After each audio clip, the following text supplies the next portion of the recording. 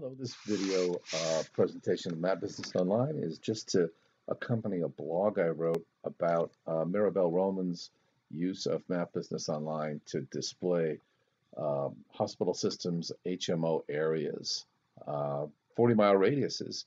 And I thought I would just show where some of those tools are that she applied. So you can easily grab a circle or edit tool by just selecting it on the toolbar.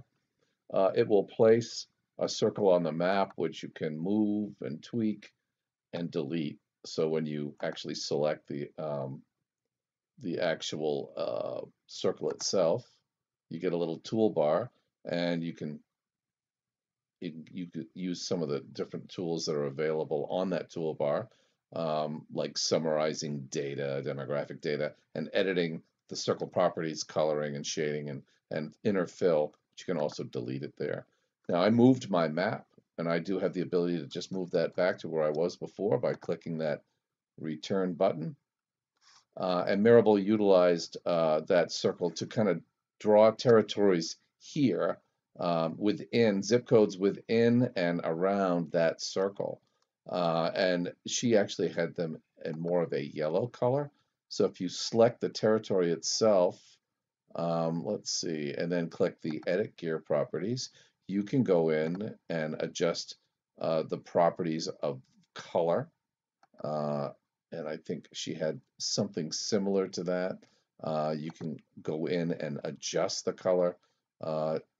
If you've got like color numbers, you can go in and adjust it more than that, make it more or less different colors. But it's a great way to apply territory colors. You've also got the ability to impact the edges of the territory. So you can go over here to map and data. And now let's just get out of the selection mode here. You've got the yellow highlight, and so I can hold down my shift key, and then click the territory and unselect it. And go to the territory layer in map and data, and click that little edit layer properties button, and decide, how thick I want my boundaries to be and what color they might be. And there's different options, and sometimes there's subtle differences that might make a difference in how your map looks.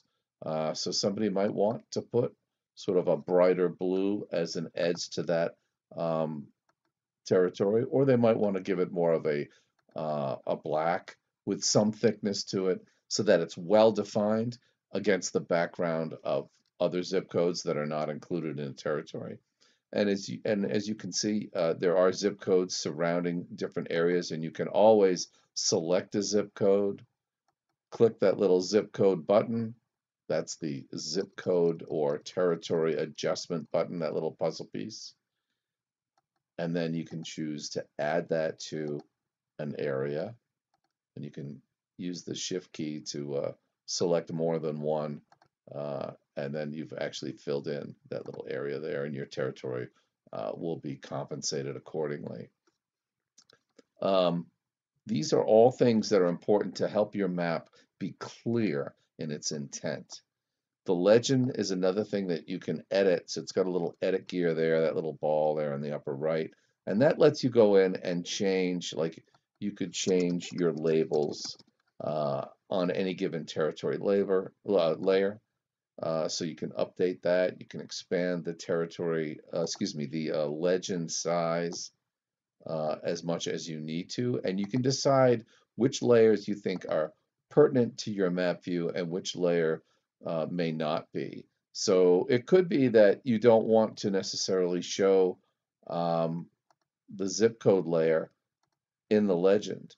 So let's just turn that on for a second. So you can see I've got a zip code layer in the legend because zip codes are turned on. They're turned on over here in map and data, and they show up in the legend. But I don't think they necessarily add value to that legend.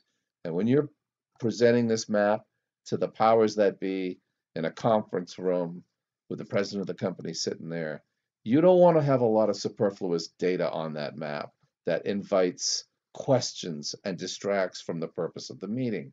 You want to keep people focused on what they came to that meeting for and spent their valuable time sitting in a room staring at an overhead projector of your map.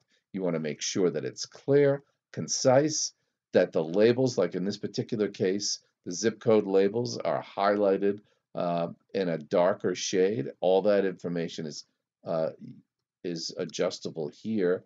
So if we go to map and data, we click the edit map and we go to the label tab, and the zip code labels or any county labels or state labels are going to be auto labels. That's typically what's going to be available there. And you could change that. You could make them larger or you could make them smaller.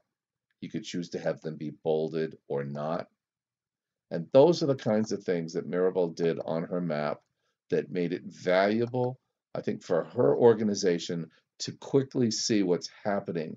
And with a little bit of coaching from her, she's able to get them all plugged in to the map representation of their business and use the acronyms and labels and names that are pertinent to your business, but make sure they don't overwhelm the map viewer.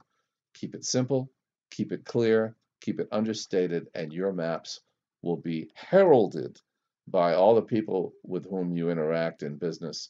And you'll go down in history as one of the great map makers of all time, or at least you won't go down in history as a map flop. Go to Map Business Online and take our free trial.